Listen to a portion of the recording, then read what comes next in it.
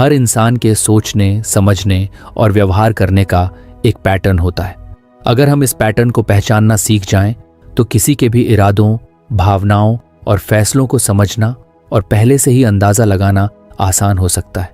ये पैटर्न उनके बीते अनुभवों, भावनात्मक ज़रूरतों और मनोवैज्ञानिक स्थितियों से प्रभावित होता है। मतलब जो इंसान आज जैसा है वो उसकी पिछली जिंदगी में हुए अनुभवों का नतीजा है।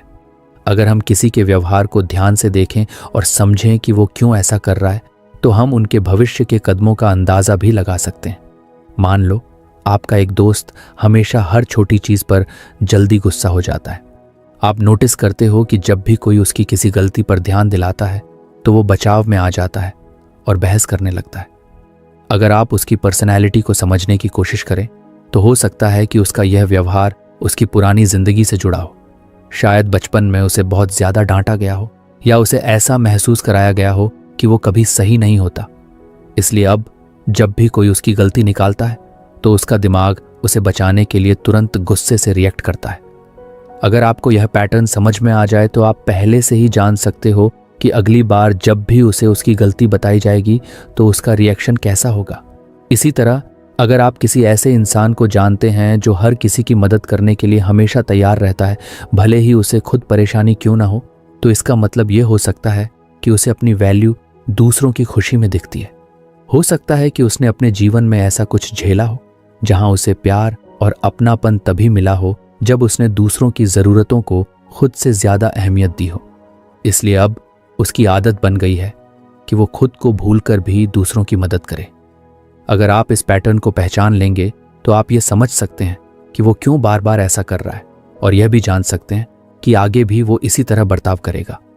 लोगों के व्यवहार को समझने का एक और तरीका है उनके शब्दों और कार्यों के बीच के अंतर को देखना। कई बार लोग कुछ कहते हैं लेकिन उनका असली इरादा कुछ और होता है। मान लो आपका कोई सहकर्मी हमेशा कहता है कि उसे दूसरों की राय से फर्क नहीं होता, लेकिन जब भी कोई उसकी आलोचना करता है तो वो हफ्तों तक परेशान रहता है। इसका मतलब है कि उसके शब्द और उसके असली विचार मेल नहीं खाते। उसके कहने का मतलब है कि वो खुद को ऐसा दिखाना चाहता है जैसे उसे फर्क नहीं होता, लेकिन असल में उसे दूसरों की राय बहुत प्रभावित करती है। अगर आप इस पैटर्न को समझ जाएं तो आप पहले से ही जान सकते हैं कि अगर उसे फिर से कोई आलोचना करेगा तो वो फिर से परेशान हो जाएगा। लोगों के व्यवहार का विश्लेषण करते समय हमें यह भी देखना होता है कि वे अलग अलग परिस्थितियों में कैसे रिएक्ट करते हैं। उदाहरण के लिए कोई इंसान जो अपने दोस्तों के साथ बहुत मजाकिया और खुला हुआ लगता है लेकिन काम के माहौल में बेहद शांत और गंभीर हो जाता है, तो इसका मतलब ये हो सकता है कि वो अपने माहौल के हिसाब से खुद को ढालने में बहुत अच्छा है। लेकिन अगर कोई इंसान हर जगह एक जैसा व्यवहार करता है, जैसे कि हर समय बहुत गंभीर रहता है या हर समय मजाक करता रहता है, तो इसका मतलब है कि उसका व्यवहार उसके अंदरूनी व्यक्तित्व से जुड़ा हुआ है, न कि सिर्फ माहौल से। कई बार लोग दूसरों को प्रभावित करने के लिए एक नकली व्यक्तित्व अपनाते हैं, लेकिन अगर आप उनके व्यवहार को ध्यान से देखें तो उनके असली व्यक्तित्व को पहचान सकते हैं। मान लीजिए कोई व्यक्ति हमेशा यह दिखाने की कोशिश करता है कि वो बहुत कॉन्फिडेंट है, लेकिन जब उसे कोई मुश्किल सवाल पूछ लिया जाए तो वो असहज हो जाता है और बात बदलने की कोशिश करता है। इसका मतलब है कि उसका आत्मविश्वास दिखावटी हो सकता है। अगर आप इस तरह के पैटर्न्स को पहचानना सीख जाते हैं तो आप जान सकते हैं कि कौन असली में कैसा है और कौन सिर्फ दिखावा कर रहा है। हमारे व्यवहार के पैटर्न हमारे मनोवैज्ञानिक ज़रूरतों से भी जुड़े होते हैं। कुछ लोगों को यह ज़रूरत महसूस होती है कि वे हमेशा सही साबित हों, इसलिए वे कभी अपनी गलती मानते ही नहीं। कुछ लोगों को हर समय अटेंशन चाहिए होता है, इसलिए वे बार बार कुछ ऐसा करते हैं जिससे लोग उनकी ओर ध्यान दें। कुछ लोगों को कंट्रोल पसंद होता है, इसलिए वे हर चीज़ पर अपना हुक्म चलाने की कोशिश करते हैं। अगर आप यह समझ लें कि किसी इंसान की कौन सी ज़रूरत सबसे ज़्यादा अहम है, तो आप ये भी अंदाज़ा लगा सकते हैं कि वह किस तरह से व्यवहार करेगा। अब सोचो, अगर आप किसी ऐसे व्यक्ति को जानते हैं जो हमेशा ग्रुप में अपनी बातें सबसे पहले रखता है, तो यह उसकी यह ज़रूरत दिखाती है कि वो सबसे ज़्यादा ध्यान पाना चाहता है। अब अगर कोई और उसकी जगह ज़्यादा बोलने लगे तो संभावना है कि वो खुद को असहज महसूस करेगा और किसी भी तरह से फिर से सबका ध्यान अपनी ओर खींचने की कोशिश करेगा। अगर आप इस पैटर्न को पहचान लेते हैं तो आपको यह समझने में मुश्किल नहीं होगी कि वो भविष्य में कैसे रिएक्ट करेगा। व्यवहार पैटर्न को समझने का एक और तरीका है लोगों के फैसलों का विश्लेषण करना। जब भी कोई बड़ा फैसला लेता है तो वह सिर्फ तात्कालिक स्थिति पर निर्भर नहीं करता, बल्कि उसके पिछले अनुभव, उसके डर और उसकी इच्छाएं भी इसमें बड़ी भूमिका निभाते हैं। मान लीजिए कोई व्यक्ति हर बार कोई नया अवसर मिलने पर भी उसे ठुकरा देता है क्योंकि उसे लगता है कि उसमें फेल होने का खतरा है। हो सकता है कि उसका यह डर उसकी पुरानी जिंदगी से जुड़ा हो, जहां उसने कोई बड़ा रिस्क लिया हो और उसे नाकामी मिली हो, इसलिए अब वो हर रिस्क से बचना चाहता है। अगर आपको हमारी फ्री समरी अच्छी लगती है तो आप हमारे चैनल को सब्सक्राइब कर सकते हैं, हमारी मेंबरशिप खरीद सकते हैं या हमें यूपीआई के थ्रू सपोर्ट कर सकते हैं। अब समरी पर वापस चलते हैं। अगर आप इस तरह के पैटर्न को पहचान लेते हैं तो आप पहले से अंदाजा लगा सकते हैं कि वह इंसान भविष्य में भी जोखिम लेने से बचेगा। इसी तरह अगर कोई व्यक्ति हमेशा हर मौके को तुरंत पकड़ लेता है और बिना सोचे समझे फैसले लेता है तो ये भी एक पैटर्न हो सकता है। हो सकता है कि उसने अपनी जिंदगी में यह सीखा हो कि मौके को तुरंत पकड़ लेना ही सफलता की कुंजी है, इसलिए वह बिना ज्यादा सोचे समझे हमेशा नए अवसरों को अपनाने के लिए तैयार रहता है। लोगों के व्यवहार पैटर्न को समझने से न सिर्फ हमें उनके बारे में जानने में मदद मिलती है, बल्कि हम अपने रिश्तों को भी बेहतर बना सकते हैं। अगर आप अपने किसी दोस्त, पार्टनर या सहकर्मी के व्यवहार के पीछे के कारणों को समझ लेते हैं तो आप उनके प्रति ज्यादा धैर्य रख सकते हैं और उनके साथ बेहतर तालमेल बना सकते हैं। आखिर में यह समझना जरूरी है कि कोई भी इंसान एक ही तरह का नहीं रहता। लोग समय के साथ बदलते हैं, लेकिन उनका बदलाव भी एक पैटर्न में ही होता है।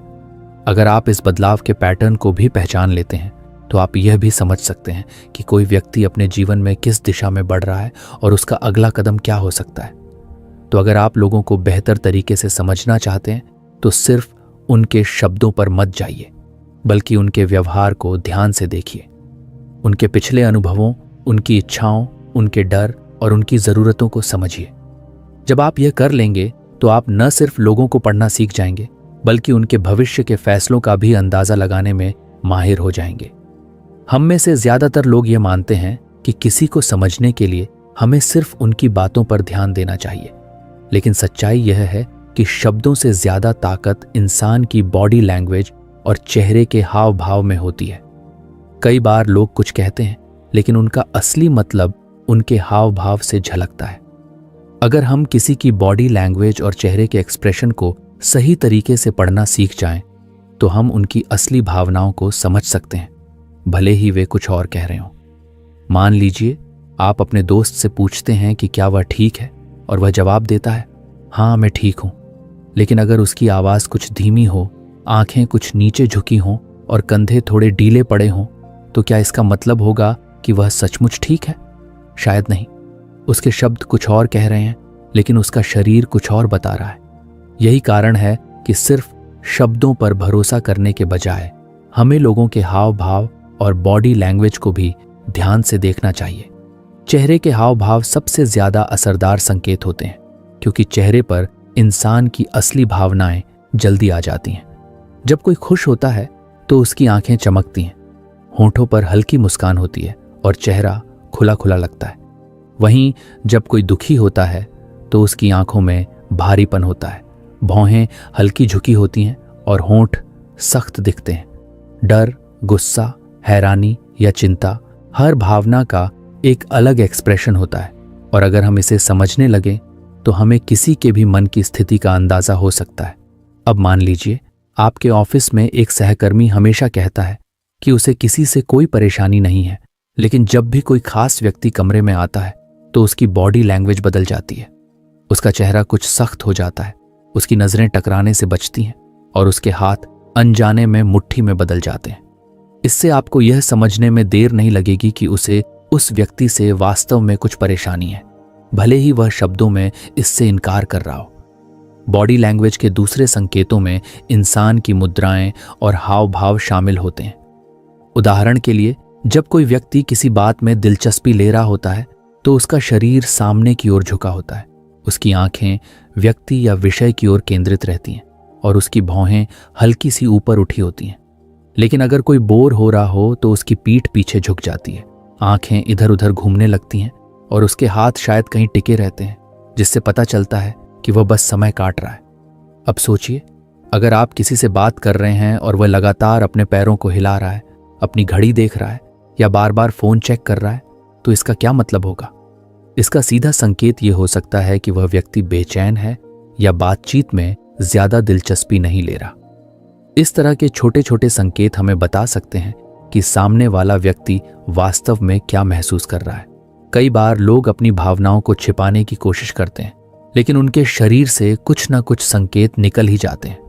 उदाहरण के लिए, जब कोई झूठ बोलता है तो वह आमतौर पर आंखों से नजरें मिलाने से बचता है, बार बार अपनी नाक या चेहरे को छूता है, या फिर उसकी आवाज में हल्का बदलाव आ जाता है। अगर आप इन संकेतों को पकड़ने लगें तो आप यह पहचान सकते हैं कि कब कोई सच बोल रहा है और कब नहीं। हालांकि यह समझना भी जरूरी है कि किसी एक संकेत को देखकर ही कोई नतीजा निकालना सही नहीं होगा। किसी की आंखें झुकी हुई हैं, इसका मतलब यह नहीं कि वह जरूर उदास है। हो सकता है कि वह सिर्फ थका हुआ हो। किसी ने अपनी बाहें मोड़ ली हैं, इसका मतलब यह नहीं कि वह आपसे नाराज है।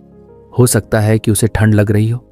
इसलिए हमें हमेशा संदर्भ को भी ध्यान में रखना चाहिए।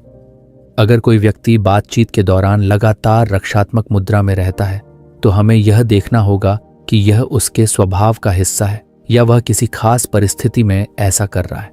इसके अलावा बॉडी लैंग्वेज को पढ़ते समय हमें अलग अलग संकेतों का समूह, क्लस्टर्स, देखना चाहिए। सिर्फ एक संकेत को देखकर ही कोई नतीजा निकाल लेना सही नहीं होगा। उदाहरण के लिए, अगर कोई इंसान अपनी बाहें मोड़कर खड़ा है तो इसका यह मतलब नहीं कि वह रुखा या गुस्से में है।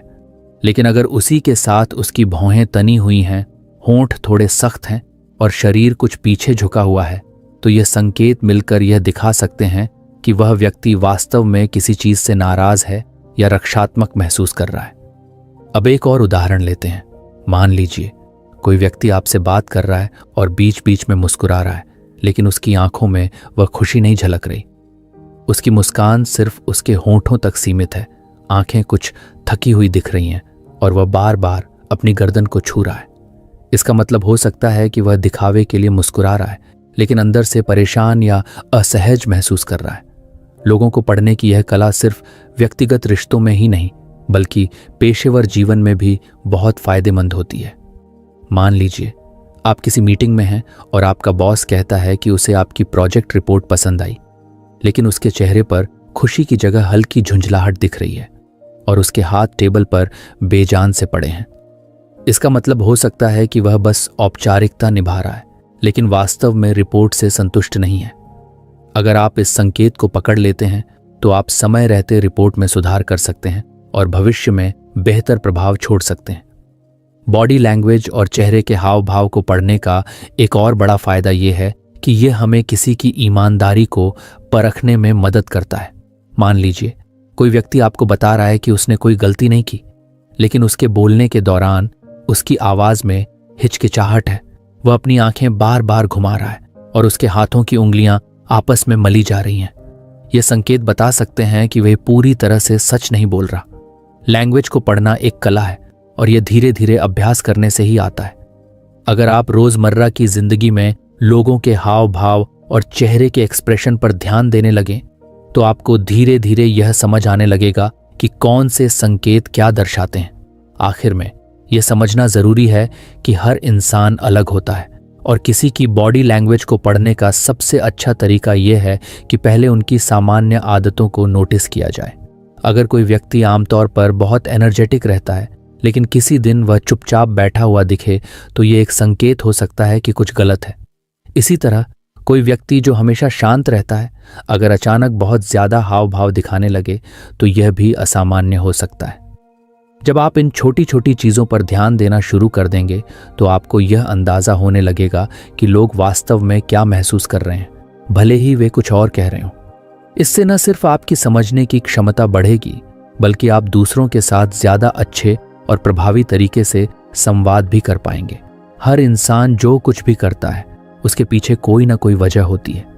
कोई मेहनत करता है क्योंकि उसे सफलता चाहिए, कोई बचत करता है क्योंकि उसे भविष्य की चिंता होती है, कोई किसी की मदद करता है क्योंकि उसे खुशी मिलती है, और कोई झूठ बोलता है क्योंकि वह किसी मुसीबत से बचना चाहता है। अगर हम यह समझ लें कि किसी इंसान को किस चीज़ से खुशी मिलती है और किस चीज़ से डर लगता है, तो हम यह अंदाज़ा लगा सकते हैं कि वह आगे कैसे व्यवहार करेगा। असल में हर इंसान के दो बड़े मोटिवेशन ड्राइवर्स होते हैं, खुशी पाना और दर्द से बचना। यानी लोग वही करते हैं जो या तो उन्हें अच्छा महसूस कराए या फिर उन्हें किसी तकलीफ से बचाए। अगर आप किसी के व्यवहार को ध्यान से देखें तो आपको यह समझ में आने लगेगा कि वह किन चीज़ों की तरफ खींचता है और किन चीज़ों से दूर भागता है। यह समझना बहुत ज़रूरी है, क्योंकि जब आप किसी की प्रेरणा को समझ लेते हैं तो आप यह भी अंदाज़ा लगा सकते हैं कि वह आगे कौन से फैसले लेगा। मान लीजिए आपके ऑफिस में दो सहकर्मी हैं। एक हमेशा ज़्यादा मेहनत करता है, एक्स्ट्रा काम लेता है और अपनी हर गलती से सीखने की कोशिश करता है। दूसरा हमेशा कम से कम काम करना चाहता है, रिस्क लेने से बचता है और किसी नई जिम्मेदारी से दूर भागता है। इन दोनों के व्यवहार में बड़ा फर्क क्यों है? पहले वाले व्यक्ति को सफलता से खुशी मिलती है, शायद उसे प्रमोशन चाहिए या वह अपने काम से अपनी पहचान बनाना चाहता है। उसे लगता है कि ज्यादा मेहनत करने से उसे वह खुशी मिलेगी जो वह चाहता है। दूसरी तरफ दूसरा व्यक्ति असफलता के डर से चलता है। वह कोई गलती नहीं करना चाहता, आलोचना से बचना चाहता है और इसलिए कोई ऐसा कदम नहीं उठाता जिससे उसे बाद में मुश्किल हो। अगर आप इस मोटिवेशन को समझ जाते हैं तो आप यह भी अनुमान लगा सकते हैं कि जब इन्हें कोई नया प्रोजेक्ट दिया जाएगा तो इनका व्यवहार कैसा होगा। पहला व्यक्ति उसे उत्साह से लेगा, जबकि दूसरा कोई बहाना बना सकता है या कम से कम जिम्मेदारी लेने की कोशिश करेगा। अब सोचिए कि आप किसी दोस्त को कोई सुझाव देते हैं कि वह जिम जाना शुरू करे। अगर वह खुशी के मोटिवेशन से प्रेरित होता है तो वह सोच सकता है कि जिम जाने से उसकी फिटनेस अच्छी होगी, उसे अच्छा महसूस होगा और उसकी पर्सनैलिटी निखरेगी। अगर वह दर्द से बचने के मोटिवेशन से प्रेरित होता है तो वह यह सोचेगा कि जिम जाने से वह बीमारियों से बच सकता है, मोटापे की दिक्कत नहीं होगी और भविष्य में हेल्थ से जुड़ी परेशानियों से दूर रहेगा। दोनों लोग जिम जा सकते हैं, लेकिन उनकी वजहें अलग होंगी। एक को उसमें खुशी दिखेगी और दूसरा उसमें खतरे से बचने का रास्ता। इसी तरह अगर कोई इंसान हमेशा जल्दी गुस्सा हो जाता है तो यह समझना जरूरी है कि उसका गुस्सा भी किसी मोटिवेशन से जुड़ा है। हो सकता है कि उसे बचपन में बार बार अपनी बात साबित करनी पड़ी हो और अब वह हर बहस में खुद को सही साबित करने की कोशिश करता हो ताकि उसे फिर से वह संघर्ष न करना पड़े। या फिर हो सकता है कि उसे अपने आत्मसम्मान की बहुत चिंता हो और जब भी उसे लगे कि कोई उसकी इज्जत कम कर रहा है तो वह गुस्से से रिएक्ट करे। अगर आप उसके गुस्से के पीछे की वजह को समझ लें तो आप यह भी समझ सकते हैं कि किन परिस्थितियों में वह गुस्सा करेगा और कैसे उसे शांत किया जा सकता है। लोगों का डर भी उनके व्यवहार को प्रभावित करता है। कुछ लोग समाज में अपनी इमेज को लेकर बहुत सतर्क रहते हैं क्योंकि उन्हें अस्वीकृति, रिजेक्शन का डर होता है। ऐसे लोग हमेशा यह सुनिश्चित करते हैं कि वे सही कपड़े पहने, सही शब्द बोले और किसी भी सामाजिक गलती से बचें। दूसरी तरफ कुछ लोग पैसों को लेकर बहुत सावधान होते हैं क्योंकि उन्हें गरीबी का डर होता है। ऐसे लोग हमेशा सेविंग्स पर ध्यान देते हैं, ज्यादा खर्च करने से बचते हैं और कभी भी अनावश्यक चीजों पर पैसा नहीं लगाते। अगर आपको यह समझ में आ जाए कि किसी व्यक्ति के डर क्या हैं, तो आप उसके फैसलों का भी अनुमान लगा सकते हैं। मान लीजिए आपका एक दोस्त हमेशा रिश्तों में बहुत सतर्क रहता है। वह किसी पर जल्दी भरोसा नहीं करता, ज्यादा खुलता नहीं और किसी भी नए रिश्ते में जाने से पहले बहुत ज्यादा सोचता है। हो सकता है कि वह किसी पुराने रिश्ते में बुरी तरह टूट चुका हो और अब वह फिर से वही दर्द नहीं झेलना चाहता। इसलिए वह कोई भी रिश्ता शुरू करने से पहले हर चीज को तौलता है ताकि वह फिर से तकलीफ से न गुजरे। अगर आप यह समझ जाएं कि उसका व्यवहार दर्द से बचने के लिए है, तो आप यह भी समझ सकते हैं कि उसे भरोसा दिलाने के लिए क्या करना होगा। इसी तरह कुछ लोग दिखावे पर बहुत ध्यान देते हैं। वे हमेशा महंगी चीजें खरीदते हैं, सोशल मीडिया पर अपनी अच्छी तस्वीरें डालते हैं और अपनी सफलता को बढ़ा चढ़ाकर दिखाते हैं। अगर आप उनके मोटिवेशन को देखें तो इसमें भी खुशी और दर्द का खेल है। हो सकता है कि उन्हें तारीफ और पहचान से खुशी मिलती हो, इसलिए वे अपनी लाइफस्टाइल को इस तरह बनाते हैं कि लोग उनकी सराहना करें। या फिर हो सकता है कि उन्हें यह डर हो कि अगर वे साधारण दिखेंगे तो लोग उन्हें कम आंकेंगे। इस डर से बचने के लिए वे हमेशा अपने स्टेटस को ऊंचा दिखाने की कोशिश करते हैं। अब सोचिए, अगर आप किसी ग्राहक से डील कर रहे हैं तो क्या यह जानना जरूरी नहीं होगा कि वह किस चीज से प्रभावित होता है? अगर कोई ग्राहक उस चीज को खरीदता है जिससे उसे खुशी मिलेगी, तो आपको उसे यह बताना होगा कि आपका प्रोडक्ट उसकी लाइफ को कितना बेहतर बनाएगा। लेकिन अगर कोई ग्राहक सिर्फ नुकसान से बचना चाहता है, तो आपको उसे यह समझाना होगा कि अगर उसने यह प्रोडक्ट नहीं खरीदा तो उसे क्या नुकसान हो सकता है। बच्चों को ही देख लीजिए। जब कोई बच्चा पढ़ाई करता है तो वह या तो इस सोच से करता है कि अच्छे नंबर आएंगे और उसकी तारीफ होगी, या फिर इसलिए कि अगर वह फेल हो गया तो उसे सजा मिलेगी। यानी उसका मोटिवेशन या तो खुशी है या फिर दर्द से बचाव। अगर माता पिता यह समझ जाएं कि उनका बच्चा किस मोटिवेशन से ज्यादा प्रेरित होता है, तो वे उसे सही तरीके से पढ़ाई के लिए प्रेरित कर सकते हैं। हमारे फैसले भी इसी मोटिवेशन से चलते हैं। कोई व्यक्ति नई नौकरी इसलिए ले सकता है क्योंकि उसे उसमें ज्यादा पैसा मिलेगा, खुशी, या फिर इसलिए क्योंकि वह अपनी पुरानी नौकरी से तंग आ चुका है, दर्द से बचाव। कोई व्यक्ति शादी इसलिए कर सकता है क्योंकि उसे एक साथी की जरूरत है, खुशी, या फिर इसलिए क्योंकि वह अकेलेपन से डरता है, दर्द से बचाव। अगर आप यह समझ जाते हैं कि किसी का जीवन किस चीज से संचालित हो रहा है, खुशी की चाहत या दर्द से बचाव, तो आप उसके अगले कदमों का अनुमान लगा सकते हैं। आप ये देख सकते हैं कि वह किस स्थिति में कैसा व्यवहार करेगा, कौन से फैसले लेगा और किन चीजों से सबसे ज्यादा प्रभावित होगा। जब आप इस स्तर पर लोगों को समझने लगते हैं तो आपकी खुद की संवाद और रिश्ते बनाने की क्षमता बहुत मजबूत हो जाती है। हर इंसान की ज़रूरतें अलग अलग होती हैं, लेकिन अगर ध्यान से देखें तो ये ज़रूरतें एक तय क्रम में चलती हैं। कुछ लोगों की सबसे बड़ी चिंता पैसा कमाना और अपनी बुनियादी ज़रूरतें पूरी करना होती है, जबकि कुछ लोग प्यार और रिश्तों में ज़्यादा दिलचस्पी लेते हैं। वहीं कुछ लोग अपने करियर, पहचान और आत्मसम्मान को सबसे ऊपर रखते हैं। यह समझना कि कोई व्यक्ति किस स्तर पर है हमें यह जानने में मदद करता है कि वह किन चीज़ों से सबसे ज्यादा प्रेरित होगा और उसका व्यवहार कैसा रहेगा। मनोवैज्ञानिक अब्राहम मास्लो ने इसे बेहतर तरीके से समझाने के लिए ज़रूरतों का एक क्रम बनाया, जिसे मज़लोज़ हायरार्की ऑफ नीड्स कहा जाता है। इसमें इंसान की ज़रूरतों को 5 स्तरों में बांटा गया है। सबसे नीचे की ज़रूरतें सबसे बुनियादी हैं, और जैसे जैसे कोई व्यक्ति इन ज़रूरतों को पूरा करता जाता है, वह अगले स्तर की ओर बढ़ता है।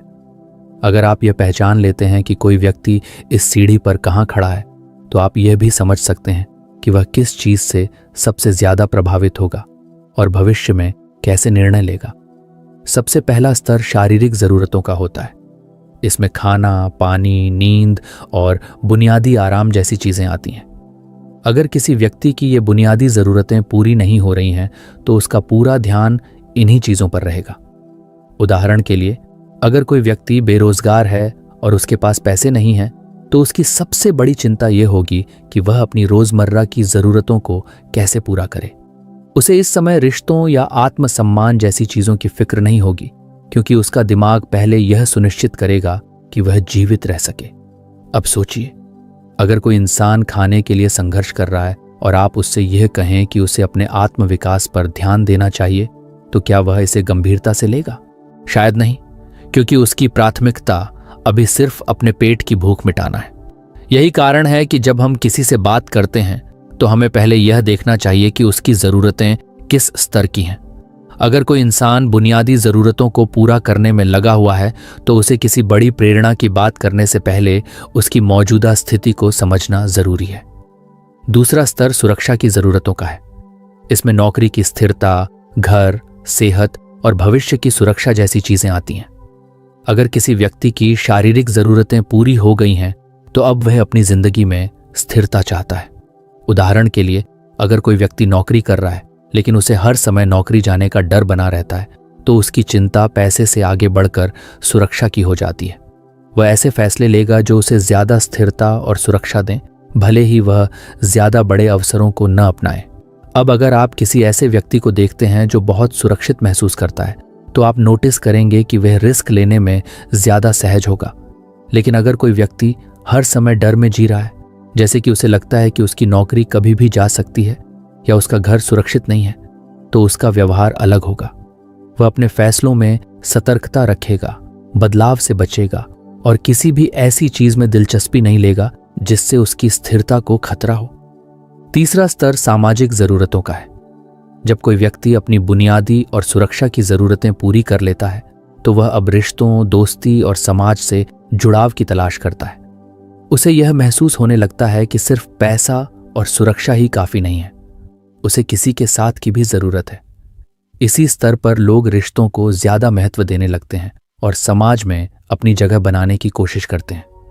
सोचिए, अगर कोई व्यक्ति अकेला महसूस कर रहा है और आप उसे करियर में आगे बढ़ने की सलाह देते हैं तो वह ज्यादा उत्साहित नहीं होगा। उसकी प्राथमिकता अभी करियर नहीं बल्कि किसी के साथ का एहसास है। यही वजह है कि जब कोई इंसान इस स्तर पर होता है तो उसकी प्राथमिकताएं उसके दोस्तों, परिवार और रिश्तों के इर्द गिर्द घूमने लगती हैं। अब अगर आप किसी ऐसे व्यक्ति को देखें जो हमेशा लोगों के साथ समय बिताना पसंद करता है तो यह समझना आसान हो जाता है कि वह इस स्तर पर है। उसे अकेले रहना पसंद नहीं और उसकी ज़रूरतें उन चीज़ों से जुड़ी हैं जो उसे अपनापन महसूस कराती हैं। अगर वह इस स्तर की ज़रूरतों को पूरा नहीं कर पाता तो वह उदास या असहज महसूस करने लगेगा। चौथा स्तर आत्मसम्मान की ज़रूरतों का है। जब कोई व्यक्ति रिश्तों और सामाजिक जुड़ाव से संतुष्ट हो जाता है तो अब उसे पहचान और सम्मान की ज़रूरत महसूस होने लगती है।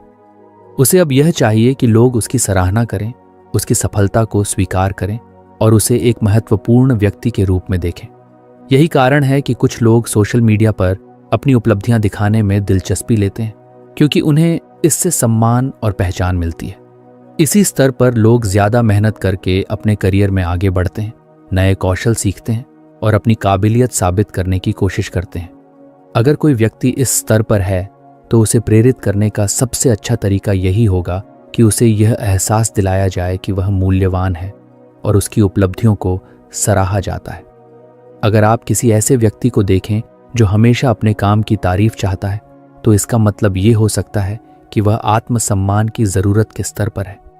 वह यह सुनना चाहता है कि उसने अच्छा किया, क्योंकि यही उसकी प्रेरणा है। आखिरी और सबसे ऊंचा स्तर आत्म साक्षात्कार, सेल्फ एक्चुअलाइजेशन का होता है।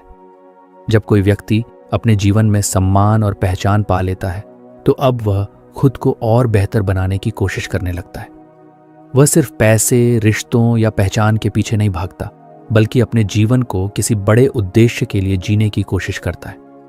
ऐसे लोग अपनी क्षमताओं को पूरी तरह से इस्तेमाल करना चाहते हैं और समाज में कुछ नया योगदान देना चाहते हैं। वे कला, विज्ञान, नवाचार, समाज सेवा और आत्मविकास जैसी चीजों में रुचि लेने लगते हैं। अब सोचिए, अगर कोई व्यक्ति इस स्तर पर है और आप उससे सिर्फ पैसे कमाने की बात करते हैं तो उसे यह ज्यादा प्रेरित नहीं करेगा, क्योंकि उसकी प्राथमिकताएं अब अलग हो चुकी हैं। वह सिर्फ खुद की भलाई के बारे में नहीं बल्कि समाज और दुनिया के बारे में सोचने लगा है। अगर आप यह समझ जाते हैं कि कोई व्यक्ति मास्लो की इस जरूरतों की सीढ़ी पर कहाँ खड़ा है तो आप यह अंदाजा लगा सकते हैं कि वह किन चीजों से सबसे ज्यादा प्रभावित होगा।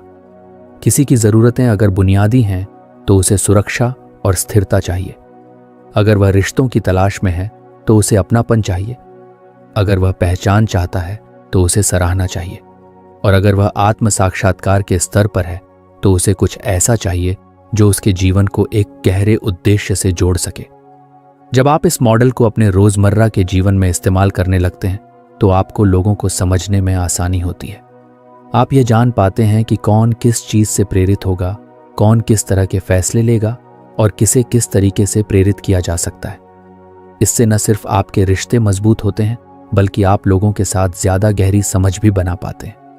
हर इंसान के भीतर एक अहंकार, ईगो होता है जो उसे खुद को अच्छा महसूस कराने और आत्मसम्मान को बनाए रखने में मदद करता है।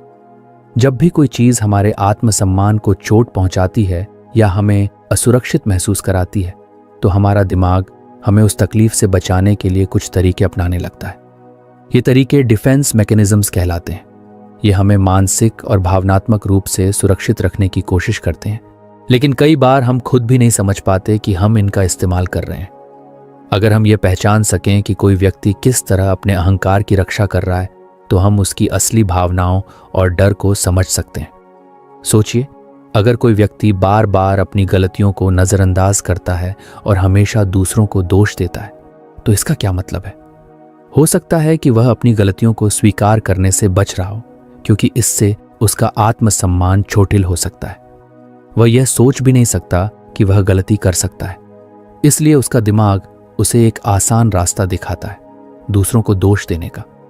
यह एक डिफेंस मैकेनिज्म है जिसे प्रोजेक्शन कहते हैं, जिसमें इंसान अपनी कमजोरियों को दूसरों में देखने लगता है। अब मान लीजिए कोई व्यक्ति बहुत गुस्से वाला है, लेकिन वह खुद को शांत और संयमित दिखाने की कोशिश करता है।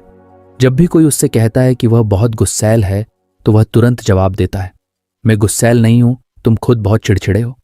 यह भी प्रोजेक्शन का एक उदाहरण है, क्योंकि वह अपनी नकारात्मक भावना को स्वीकार करने की बजाय उसे दूसरों पर डाल रहा है। अगर आप इस पैटर्न को समझ जाते हैं तो आप यह पहचान सकते हैं कि उसका असली डर यह है कि वह खुद को गुस्से वाला व्यक्ति मानने से डरता है। एक और आम डिफेंस मैकेनिज्म है डिनायल, इनकार करना। इसमें व्यक्ति किसी सच्चाई को स्वीकार करने से ही इनकार कर देता है, चाहे वह कितनी भी साफ क्यों ना हो। मान लीजिए कोई व्यक्ति बहुत ज्यादा खर्च करता है और कर्ज में डूब चुका है, लेकिन जब भी कोई उसे इस बारे में कुछ कहता है तो वह जवाब देता है, मुझे कोई समस्या नहीं है, मेरे पास सब कुछ नियंत्रण में है। ये डिनायल है। वह सच्चाई को देखने की बजाय उसे नजरअंदाज कर रहा है, क्योंकि सच्चाई को स्वीकार करना उसके अहंकार के लिए मुश्किल हो सकता है। कई बार लोग रैशनलाइजेशन, तर्क देना का सहारा लेते हैं। इसका मतलब है कि वे अपनी गलतियों के लिए बहाने बना लेते हैं ताकि उन्हें बुरा महसूस ना हो। मान लीजिए कोई व्यक्ति किसी परीक्षा में फेल हो जाता है और कहता है, मुझे इससे फर्क नहीं होता, वैसे भी यह परीक्षा बेकार थी। असल में उसे फर्क होता है, लेकिन अगर वह इसे स्वीकार कर ले तो उसे निराशा महसूस होगी। इसलिए वह खुद को यह समझाने लगता है कि परीक्षा की कोई अहमियत ही नहीं थी। इस तरह वह अपने अहंकार को बचाने की कोशिश करता है। एक और दिलचस्प डिफेंस मैकेनिज्म है रिप्रेशन, दबाना। इसमें व्यक्ति अपने दर्दनाक अनुभवों या भावनाओं को अपने अवचेतन मन में दबा देता है ताकि उसे इनसे न जूझना पड़े। मान लीजिए किसी बच्चे को बचपन में बहुत डांटा गया हो, लेकिन जब वह बड़ा हो जाता है तो उसे अपने बचपन की ये बातें याद ही नहीं रहती। ये इसलिए होता है क्योंकि उसका दिमाग इन कड़वी यादों को इतनी गहराई में दबा देता है कि वे सतह पर आती ही नहीं। लेकिन ये दबी हुई भावनाएं फिर भी उसके व्यवहार को प्रभावित कर सकती हैं। हो सकता है कि वह आलोचना से बहुत डरता हो या हर समय खुद को साबित करने की कोशिश करता हो। अगर हम यह समझ सकें कि कोई व्यक्ति किन चीज़ों को अपने दिमाग में दबा रहा है, तो हम यह भी जान सकते हैं कि वह किन असली डर या तकलीफों से जूझ रहा है। रिग्रेशन, बचपन जैसी हरकतें करना भी एक आम डिफेंस मैकेनिज्म है। इसमें इंसान किसी तनावपूर्ण स्थिति में खुद को सुरक्षित महसूस कराने के लिए पुराने बचपन वाले व्यवहार करने लगता है। कभी कभी लोग बहुत ज्यादा परेशान होने पर अचानक रोने लगते हैं या कोई ऐसा तरीका अपनाने लगते हैं जो उन्होंने बचपन में अपनाया था। उदाहरण के लिए, अगर कोई व्यक्ति ऑफिस में बहुत दबाव में है और वह हर छोटी बात पर गुस्सा करने लगता है या चिड़चिड़ा हो जाता है, तो हो सकता है कि वह रिग्रेशन का इस्तेमाल कर रहा हो। उसका दिमाग उसे बचपन की उस अवस्था में ले जा रहा है जब उसे अपने गुस्से के जरिए ध्यान और सहारा मिलता था। कई बार लोग डिस्प्लेसमेंट, भावनाओं को दूसरी जगह निकालना का सहारा लेते हैं। इसमें इंसान अपनी असली भावनाओं को उस व्यक्ति पर नहीं निकालता जिससे वह परेशान है, बल्कि किसी और पर निकाल देता है। मान लीजिए कोई व्यक्ति ऑफिस में अपने बॉस से डांट खाकर घर आता है, लेकिन वह गुस्सा अपने परिवार या दोस्तों पर निकालने लगता है। उसका असली गुस्सा बॉस पर है, लेकिन चूंकि वह बॉस पर गुस्सा निकालने की हिम्मत नहीं कर सकता, इसलिए उसका दिमाग उसे एक आसान विकल्प देता है, किसी कमजोर या सुरक्षित व्यक्ति पर गुस्सा निकालना। कुछ लोग सब्लिमेशन, रचनात्मक रूप में भावनाओं को बदलना का इस्तेमाल करते हैं, जो एक सकारात्मक डिफेंस मैकेनिज्म है। इसमें व्यक्ति अपनी नकारात्मक भावनाओं को किसी रचनात्मक या उत्पादक गतिविधि में बदल देता है। उदाहरण के लिए, कोई व्यक्ति बहुत गुस्सैल हो सकता है, लेकिन अगर वह इस गुस्से को खेल, व्यायाम या कला में लगाता है तो वह इसे एक अच्छे तरीके से व्यक्त कर सकता है। कई कलाकार, लेखक और खिलाड़ी अपनी भावनाओं को रचनात्मक कार्यों में बदलकर इस मैकेनिज्म का इस्तेमाल करते हैं। तो फ्रेंड्स, ये थी हमारी आज की बुक समरी। आपको कैसी लगी कमेंट करके ज़रूर बताएं और धन्यवाद आपका समरी एंड तक सुनने के लिए।